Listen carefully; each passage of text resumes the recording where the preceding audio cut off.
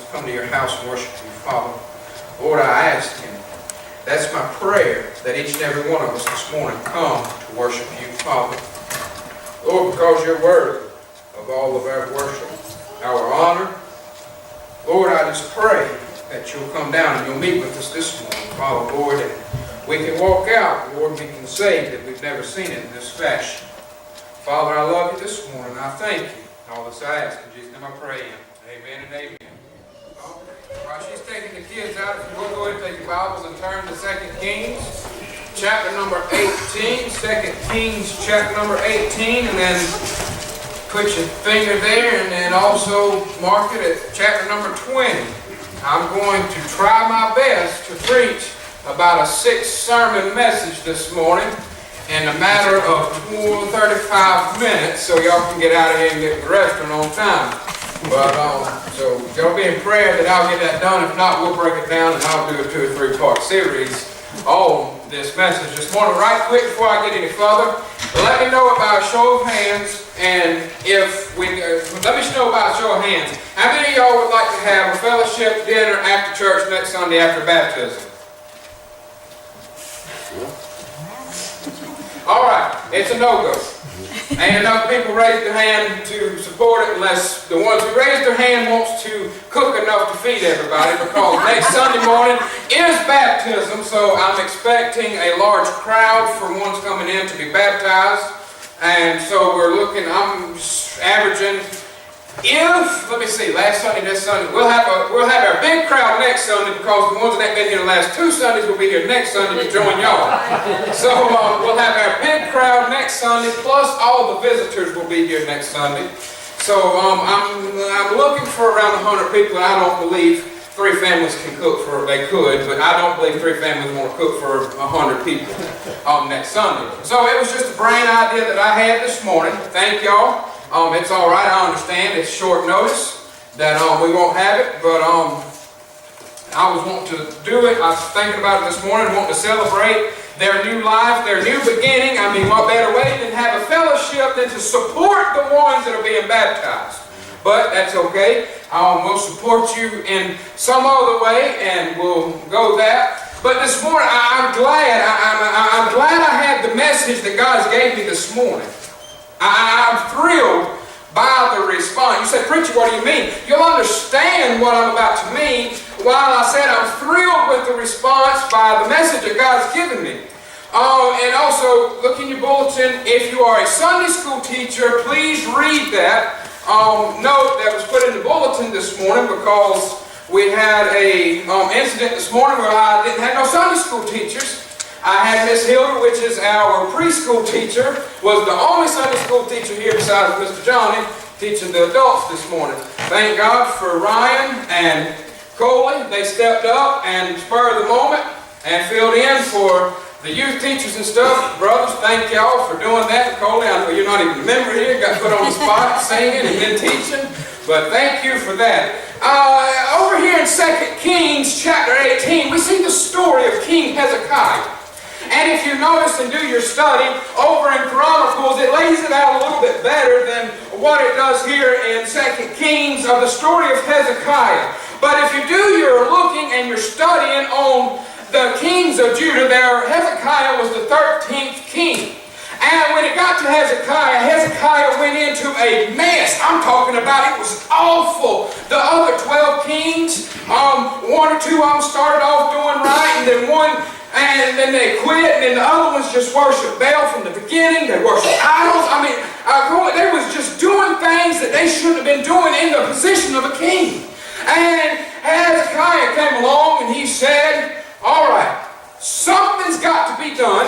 And if you have your places over in 2 Kings chapter number 18, if you would stand and, no, you stay seated right now, and then once we go over to verse chapter 20, I'll get you to stand there. But 18, 1 through 8 says, now it came to pass in the 3rd year of Hoshea, son of Elah, king of Israel, that Hezekiah, the son of Ahaz, king of Judah, began to reign. 25 years old was he when he began to reign, and he reigned 29 years in Jerusalem. His mother's name also was Abi, the daughter of Zechariah. And he did that which was right in the sight of the Lord, according to all that David his father did. He removed the high places and brake the images and cut down the groves and brake in pieces the brazen serpent that Moses had made. For unto those days the children of Israel did burn incense to it, and he called it Nehushtan. He trusted in the Lord God of Israel, so that after him was none like him among all the kings of Judah, nor any that were before him.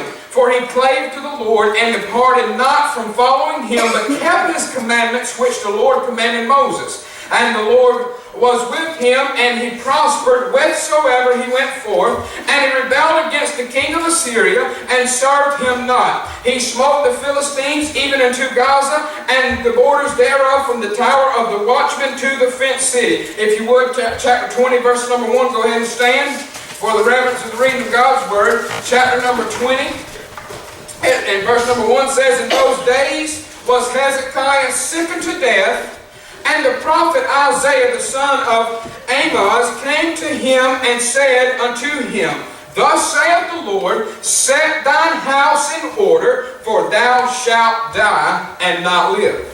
Then he turned his face to the wall and prayed unto the Lord, saying, I beseech thee, O Lord, remember now I have walked before thee in truth and with a perfect heart, and have done that which is good in thy sight.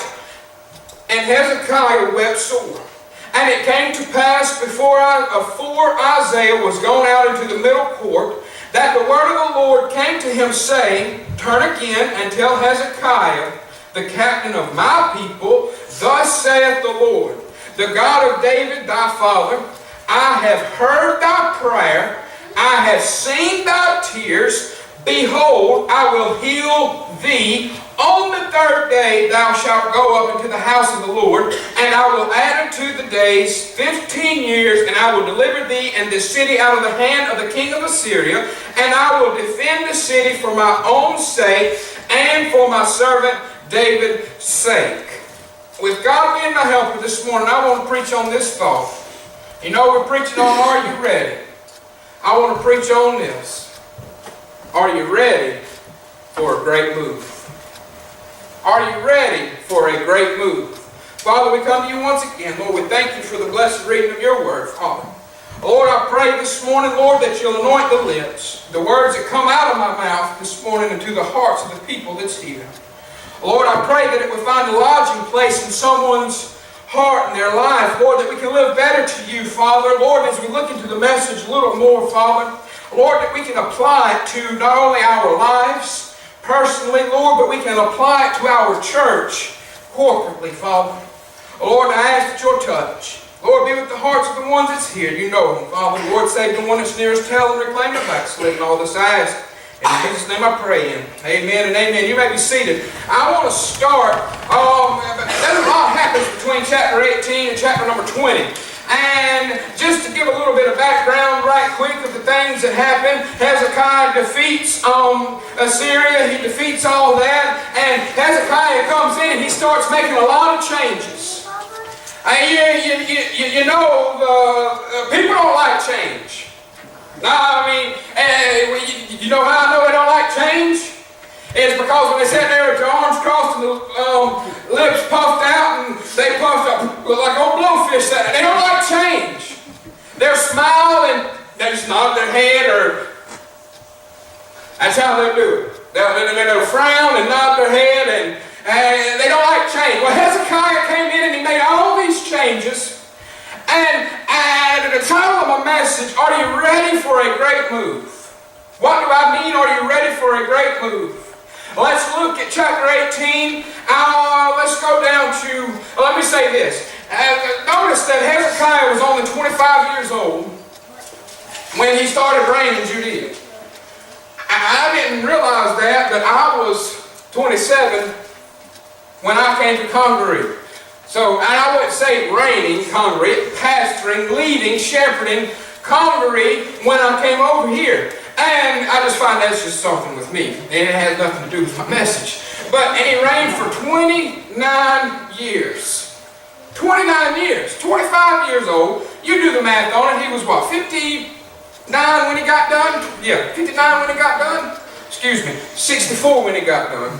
59, somewhere around in there. And if you look back at the past of the other ones, one reigned for 6 months, another one reigned for like 3 years, and so forth. But Hezekiah reigned for 29 years. Why did Hezekiah reign for 29 years? He had something that the others did not have. Can I tell you what that is? And that is the power of God upon his life. Amen. Can I tell you something else, friend? That no matter what the people around you are doing, that as long as you got God on your side, it does not matter what they try to do. What does the Bible say? It says, no weapon performed against me shall destroy me. But if you have God on your side, who else can be against you? Honey, I'm here to tell you this morning, Hezekiah had God on his side. Hezekiah went in and said, I don't care, He went in, I don't care what you're doing. I don't care what you set up in the past. This is how we're going to do it. You say, preacher, what do you mean? What does that have to do with us? Maybe we need to stop doing what we've always done and start doing something new to get to where God wants us to get to change this world. Amen. Then you're not going to change it doing the same thing that you've always done. You've got to go into new places. You've got to go in and try different things. You say, preacher, what are you preaching on? What are you about to change? I'm not about to change anything. I'm just letting us see that in order for us to move and to go and to have a great move of God, we've got to be willing to let go of past things. That's right. Amen. Too many people hold on to the past and tries to bring it in the future. Honey, it's called the past for a reason. It's not called the present, and it's not called the future. It's called the past. I've made the analogy before. Why do you think your rear view mirror is so small and your windshield is so huge? What's more important? Where you've been or where you're going? Answer me. Which one? More important, what's coming ahead or where you've been? Where are you going? You try to look at that little rearview mirror and you put your windshield on the back and you tell me what's going to happen. It might not happen right at that moment, but you tell me what's eventually going to happen. Destruction is going to happen because you're going to wreck. Hezekiah said, I'm the 13th king. So things got to change. We've got to get back to where we need to go. We've got to get back to, basically Hezekiah said, we got to put God back in this camp. He said, y'all been doing it all wrong. Let me show you. Verse 4. Look what he did. He removed the high places. What does that mean? The ones, I'm paraphrasing, the things that took priority to the people over God, Hezekiah moved them. He got rid of them. It said he removed them. He got rid of them.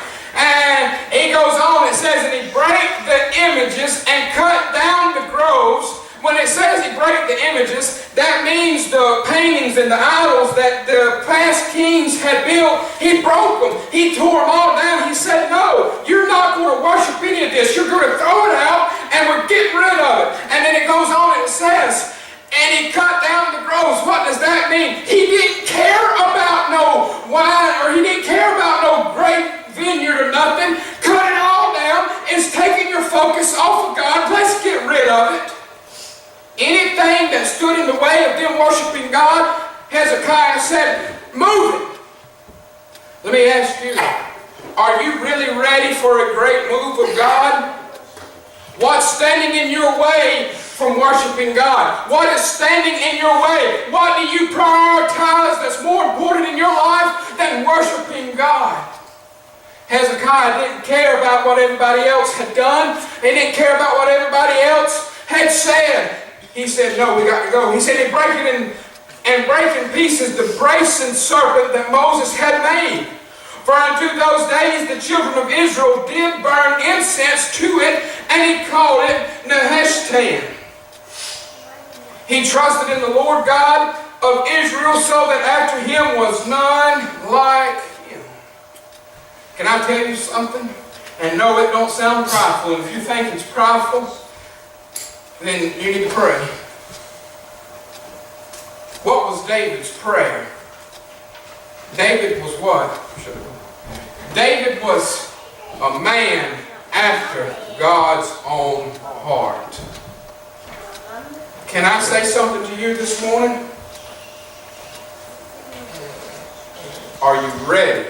And when I say that, are you going to leave a legacy to your family by knowing that you was a man or a woman after God's own heart? Hezekiah said, I want to be known. I want to make a difference. I want people to look at me and remember what I did. Can I tell you this? I want y'all to look at me in 10 or 15, 20, 30 years if you're still here. If I'm gone, of what Nick Fox did at Congaree Baptist Church. Why? I want to make the biggest impact of God upon this church that has ever been made. I want to do it better than the first preacher that started the church. I want to do it better than the last 2 or 3 preachers. I want to do it, I don't know how many preachers y'all had, but I want to do it better than any of them ever done it. You say, well, preacher, you're never going to be greater than this. Well, pray for me so that I will. He's not here for a reason. God put me here for a reason. That's right. Pray for me so I can be greater than that. And I'm not putting no in particular one in place. The only one that I know is Mr. Wayne. And Wayne did a wonderful job here, from what I know. I mean, he was here for 15 years. So, I mean, he must have did something.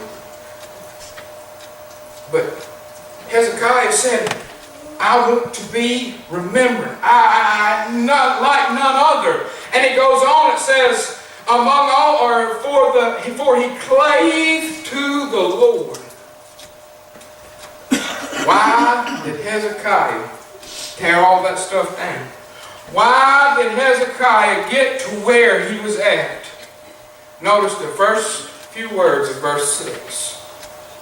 For he clave to the Lord. Look it up in Webster's, that word clave. It simply means to hang on. He hung on to God.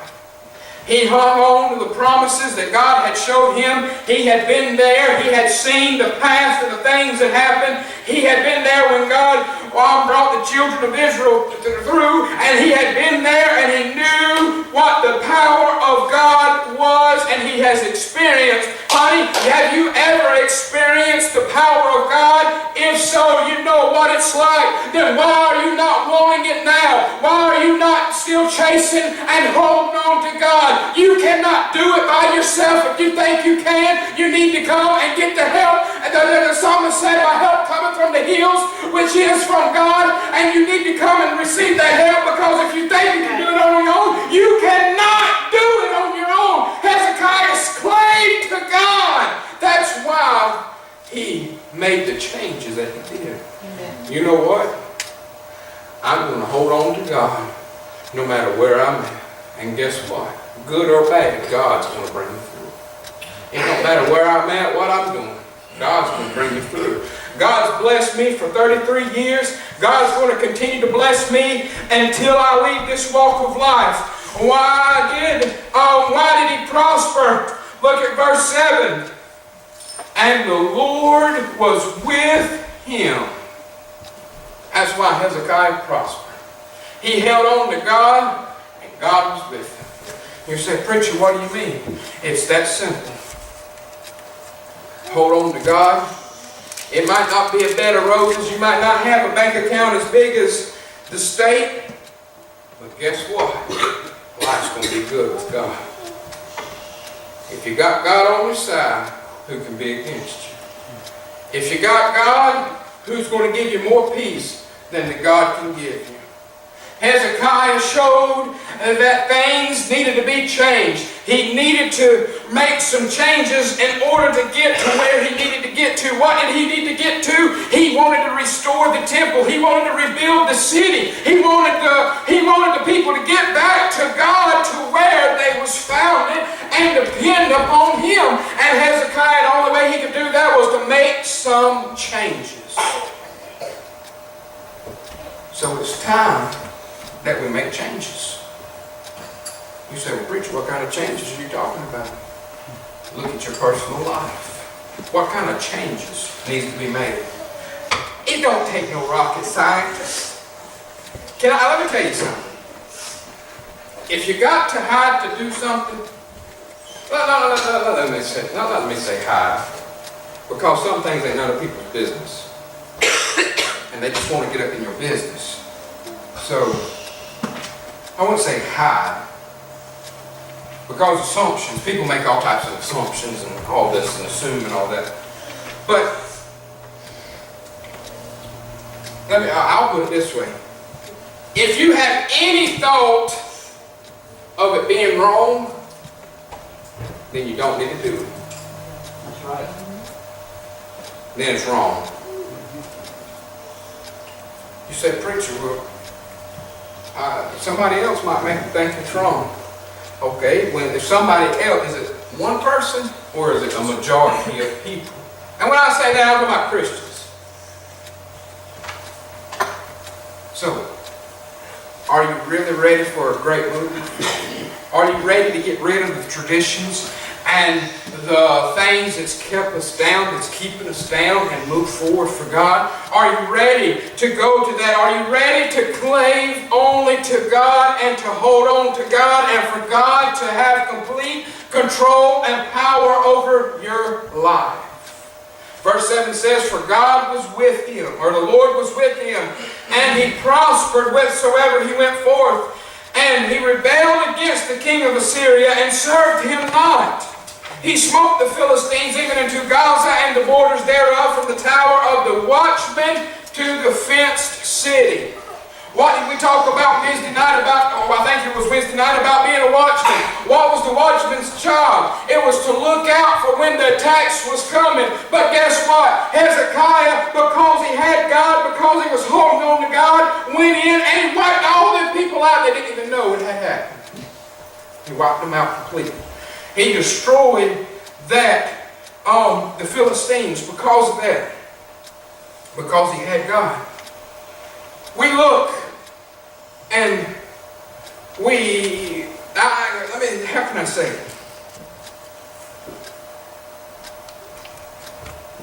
People come. One of the biggest things for us that we need to do, I'll say this, for Congaree Baptist Church, in order to get ready for what God has for us, we need to get rid of some old traditions. We need to get rid of some things, the ways that we do this or we do that. You say, well, preacher, you come in and took our bulletin out, don't have no announcements or don't have no guide in it, you don't know what you're going to do next. I don't know what God tells us to do next. Y'all know as good as well, I'm under the leadership of the Holy Spirit. How many times have I come in, Mike's had a song ready, and I said, no, Mike, let's sing this song. And we'll sing it, God touch. How many times have I not got the message until I've got up here? And God bless and save someone that Sunday morning, where the altar be full. You said, preacher, what are you getting at? We don't need to rely on the things that we put into place. We need to rely on the things of God. Amen. You know why America's in the shape that America's in now? Man. Why do we need to rely on what man has put in place? In the church, out of the church. Then Hezekiah, you flip on through, and you'll see that things happen through 18, or through the remainder of chapter 18. It had a couple of invasions in there. And then Hezekiah knew of a saying of God and said, I want Isaiah to come on in here, and I got some things that I want to talk to Isaiah about, and I know Isaiah can get some answers. So, Isaiah was his intercessor, if you would, talking to God. You say, why does he need an intercessor? Honey, it's always good to have somebody you can call on to talk to God with. Why? Life's a lot better with two than it is one. If you got somebody standing behind you, it's good. If you got to face the battle alone, it's rough. But guess what? So Hezekiah said, I want Isaiah to come in and help me. And now we get over to chapter number 20. Hezekiah was about to die. Hezekiah had lived his life, served for, at this time he had already served for 10 years roughly, 14, somewhere around there. And verse 20 says, in those days was Hezekiah, verse 1 says, Hezekiah the prophet Isaiah the son of Amos came to him and said unto him, Thus saith the Lord, Set thine house in order, for thou shalt die and not live. These verses is where I want to get the meat from the message. Are you ready for a great change? Let me ask you this. Isaiah told Hezekiah, set your house in order. And when I say house, I mean your life, your personal life. Are you set in order to die? Are you ready to die? You say, preacher, what do you mean? Why are you talking about this? I think it was Wednesday night that the Lord showed me, and as we was doing our study, that the nation of Israel, wasn't it 1948 that, I can't remember what it all was anyway. I can't remember exactly. It was 1928 or 48, somewhere around in there. And 1948 is what it was. And something was set up, it started in Israel. And looking at all the numbers of the Bible prophecy and everything, that the year 2018 is the 70th year. And the number that we are promised is 70 in the Bible. That's 70 years. What's the number of completion in the Bible? It's 7. So if you look at all the prophecy and you look at all the numbers in the Bible, church, it's time we make sure we're in order. You say, preacher, you don't know. No, I do not know the time. I'm not sitting here saying that God's about to come back 2018. No, I am not saying that at all, because nobody knows. But I will tell you this. I've said it before, and I'll say it until He comes back. It's closer today than it was yesterday. Amen. And you say, well, preacher, that's common sense. No, smarty, I don't mean that. I mean the times are changing hourly in America for God to come back. Right. He's coming back. You read your prophecy. You read your dates. It's close. Church, we're about to leave here. I'm flying for my first time next month. Thanks to my new position at work. And I get to fly next Monday for my first time. And people's aggravated joking with me talking about, you know, it ain't the taking off, but it's that sudden stop when the motors quit. They say the motors don't spit and sputter. They just die just near and boom and crash. You know, that's true. But I will say one thing. I will take my first earthly flight along with my first heavenly flight if something happens. So either way, I'll get to heaven a little bit quicker than you would, because I'll have a little head start because I'll be closer. But anyway, Isaiah said, Hezekiah, you're about to die because he got sick. He said, set your house in order. How is your life? Honey, are you ready to die? Is everything in your life ready for you to meet God? What are you leaving to your kids? What do you need to get out of the way for them to see nothing but God? What stands in the way of you worshiping God at home the same way you worship Him on the pew that you're sitting on right now?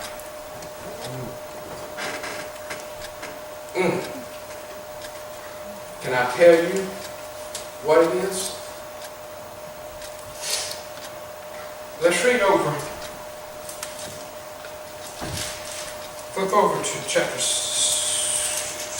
17, verse 9 through 11. Let me tell you. Same thing then, it's the same thing now.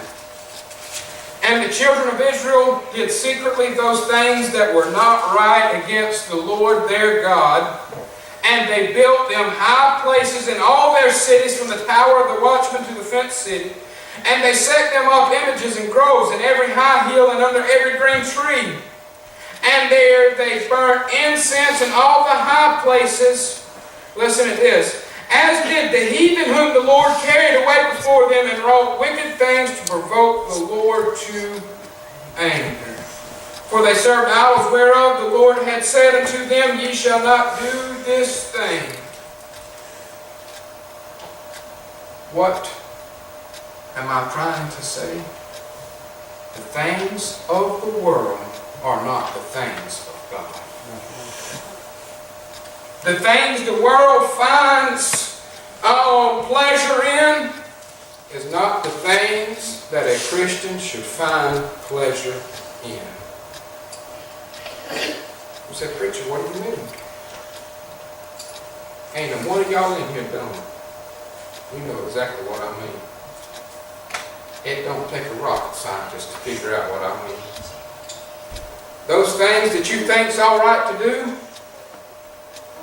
but you can't do it at the church, it's not all right to do at home. If you can't do it at church, you don't need to do it at home. We need to get some things set straight. We need to make some changes. Not only physically, but mentally and heartily. Isaiah came and said, Hezekiah, you're sick. You're about to die. You need to get your house set in order. I come to you right now, sir or ma'am, and say, you're about to die. Is your life and your house in order? Does your house life portray your church life?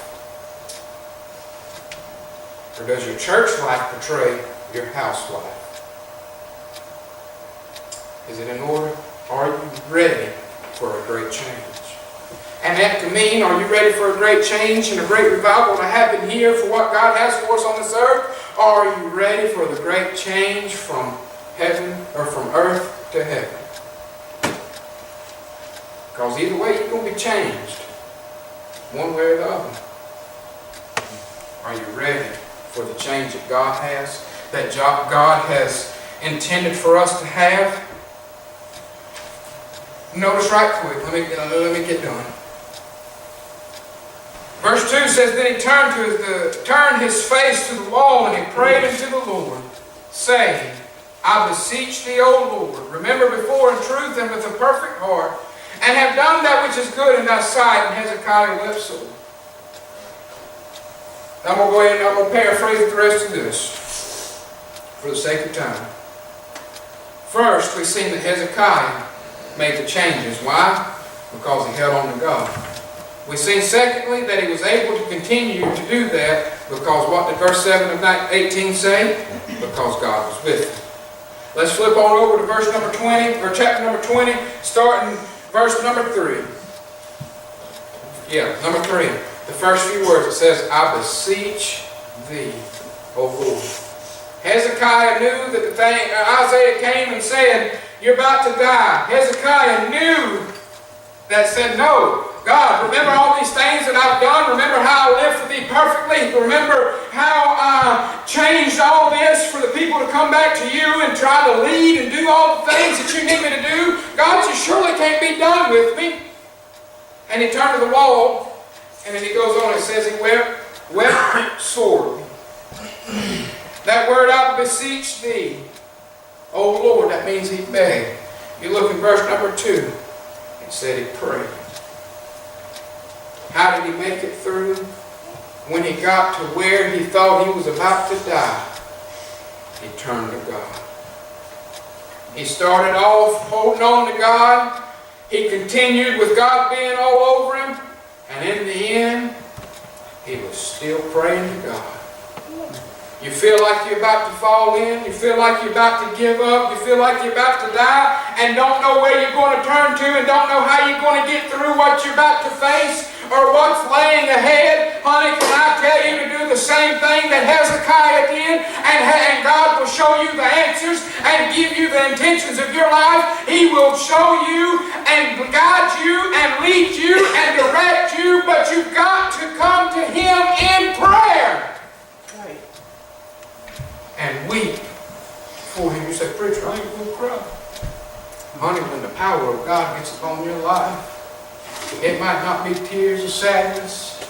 It can be tears of joy. But you're going to cry when God starts working. You say, well, I'm too good to cry. Shortest verse of the Bible is what? Jesus wept. What does that mean? It's okay to cry. Man, woman, there's some people sitting in here right now. God's working at your heart. He's fighting you right now. No, He ain't fighting you. God's pleading with you right now. And there's some people in here right now at this very moment that you just got such a cold heart that you could care less of what's going on. And God's wanting to come inside. He's standing there knocking and knocking and knocking. But you just won't let Him in. Why did Hezekiah make it to where he made it? Because of God. How did he end up how he ended up? Because of prayer. Congaree Baptist Church, you want to know how we're going to get through and how we're going to make it, how we're going to continue? We're going to get through if we're going to get through, we're going to hold on to God. If we're going to make it, God's going to be with us. And we're going to continue by prayer and supplication and thanksgiving, making all your requests known unto God. That's the only way you can make it.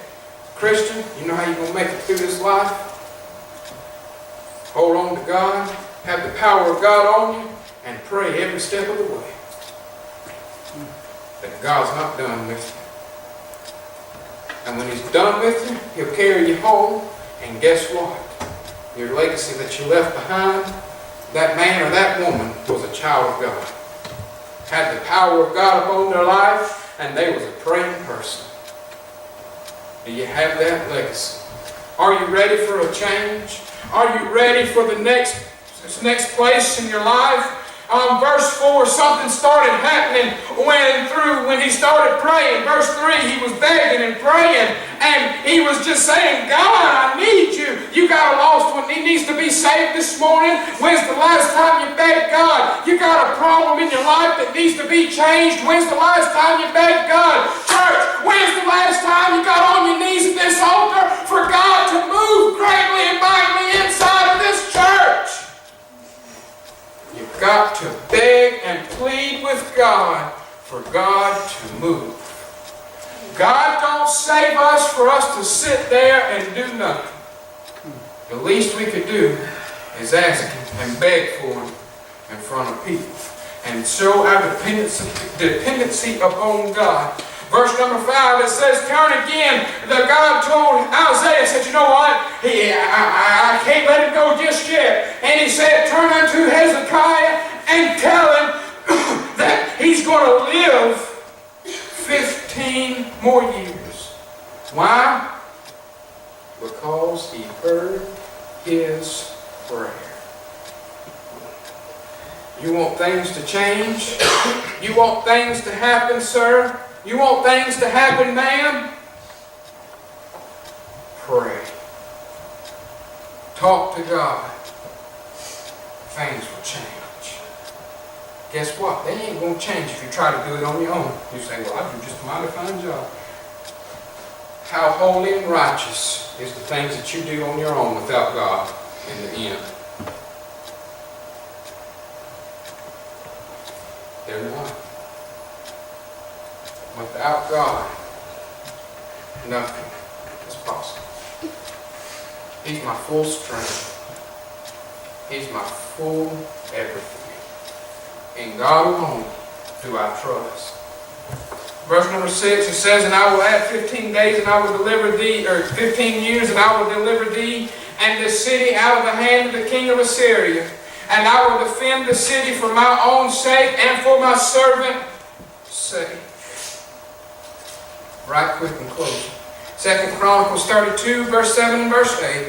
It says, be strong and courageous, be not afraid, nor dismayed for the king of Assyria, nor for all the multitude that is with him, for there be more with us than with him. Romans 8:31, what? What does it say?